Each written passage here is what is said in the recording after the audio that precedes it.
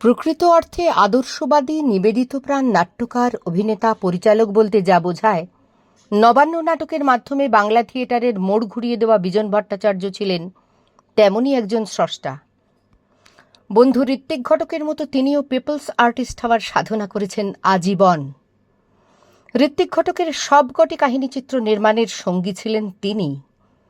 শুধু অপরিহার্য অভিনেতা হিসাবে নয়, তিনি হতাশায় ভেঙে চুরে খান খান হয়ে যাওয়া চলচ্চিত্র সাধকের সঙ্গী ছিলেন ঘুরে দাঁড়ানোর প্রেরণা হিসাবে। নবান্ন নাটকে বাঙালি দর্শক প্রথম দেখল আসলে দুর্ভিক্ষ কেবল খরা, অতিবৃষ্টির মতো প্রাকৃতিক বিপর্যয়ের কারণে হয় না। জোদ্দার মজুদ্দারদের মুনাফার লোভের কারণেও মানুষ কঙ্কালসার শরীরের লাশ হয়ে মহানগরীর রাস্তায় পড়ে থাকে। দেবীগর্জন, মরা চাঁদ নাটকের স্রষ্টা বিজন ভট্টাচার্য যে ৭৪ মতো কমেডি ছবির চিত্রনাট্য ও সংলাপ রচয়িতা, এই তথ্য কেবল রূপকথার মতো শোনায়। ব্যক্তিগত জীবনের বিপর্যয়, দারিদ্র্য সব কিছু তিনি সৃজনের তাগিদে উপেক্ষা করার স্পর্ধা দেখাতে পারতেন বলেই তাঁর পক্ষে মরা চাঁদ নাটকে সংলাপ লেখা সহজ হয়েছিল। তোমার দুঃখের কথা তুমি ভুলি যাও। আমরা আচম্বিতে সুবর্ণরেখা ছবিতে গলায় দড়ি দিতে যাওয়া ঈশ্বর চরিত্রের অভিনেতা অভি ভট্টাচার্যর মতো চমকে উঠে দেখি, জানালায় হরপ্রসাদ রূপী বিজন ভট্টাচার্য প্রশ্ন করছেন, রাত কত হল?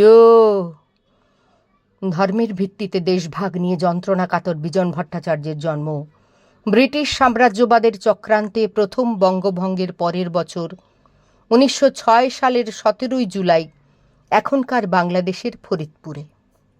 আজ বিজন ভট্টাচার্যের শ্রদ্ধাঞ্জলি পর্বে রইল নবান্ন নাটকের নির্বাচিত অংশ পাঠ। নবান্ন নাটকের প্রথম দৃশ্যে যুধিষ্ঠির প্রবেশ করছেন, সেই অংশটি। কুঞ্জ, কুঞ্জ, আপনি এলেন কবে? যুধিষ্ঠির, এ অঞ্চলে দিন সাথে করে এসেছি। কুঞ্জ, জানতে পারিনি তো একবারেই? যুধিষ্ঠির, হ্যাঁ, তোমরা জানতে পারোনি ঠিকই, তবে আমি এর মধ্যে দুবার ঘুরে গিয়েছি।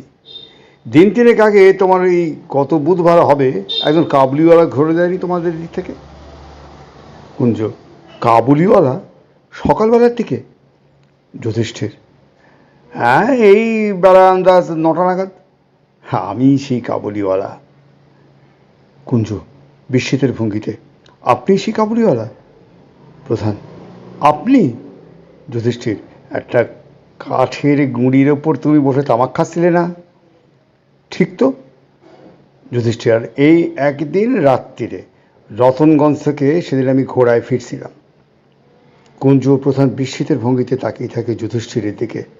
তা যাকে, সেসব কথা জানবার দরকার নেই তোমাদের। সময় খুব সংক্ষেপ, ২-৪টে জরুরি কথা বলেই চলে যেতে হবে আমাকে এখান থেকে। কথাটা হচ্ছে যে যারাই আমাদের কর্তব্যের পথে সামান্যতম অন্তরায় সৃষ্টি করতে চাইবে, তাদের বিরুদ্ধেও আমাদেরকে এখন থেকে কঠোর ব্যবস্থা অবলম্বন করতে হবে। এছাড়া উপায় নেই। আমাদের আদর্শকে জয়যুক্ত করবার দিক থেকে যে কোনো ব্যবস্থা, সে যতই নির্মম হোক না কেন, গ্রহণ করতে এতটুকু দ্বিধা করলেই আমাদের চলবে না। আমি জানি জয় পরিণামে হবে আমাদেরই, কিন্তু সেই বিজয় গৌরব অনায়াসলভ্য নয় কুঞ্জ। প্রতিটি পদক্ষেপ রক্তরেখায় রঞ্জিত করে জিতে আসতে হবে সেই বিজয় লক্ষ্মীকে। প্রধান পৈশাচিক উল্লাসে, আমি তাই বলি কুঞ্জ, এগিয়ে চল, এগিয়ে চল, বেড় দিয়ে ফেলে গিয়ে ওদের। তা কুঞ্জ তো শোনে না, কুঞ্জ শুধু পালায়, কুঞ্জ শুধু। আজ যদি আমার শ্রীপতি ভূপতি। ক্ষোভে দুঃখে ভেঙে পড়ে প্রধান। কুঞ্জ যুধিষ্ঠিরকে একান্তে শেষ পর্যন্ত পাগলই হয়ে গেল দুটো ছেলের শোকে। যুধিষ্ঠির, না না না, পাগল নয় কুঞ্জ, প্রধান পাগল নয়। এই ঠিক, এই ঠিক, প্রয়োজন আছে এই আজ উন্মত্ততা, আরে পাগলামও নয়। প্রধান, না না।